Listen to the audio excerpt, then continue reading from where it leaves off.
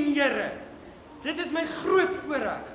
en uiterste eer en behaag dat ek aan u voorstel. Sy hoogheid, Prins Richard Roland Rembrandt van Rietfontein.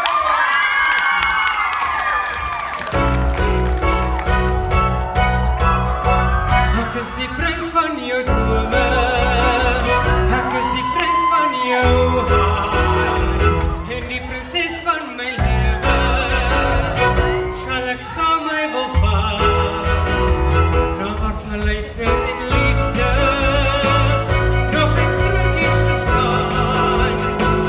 ek is die prins van die môre,